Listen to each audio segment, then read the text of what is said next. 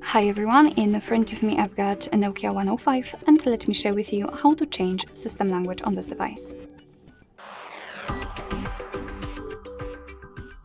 So first of all we have to start with opening the settings. You can do it just by pressing the center button and finding it, or press the left one to go to and then find the settings and highlight them and select.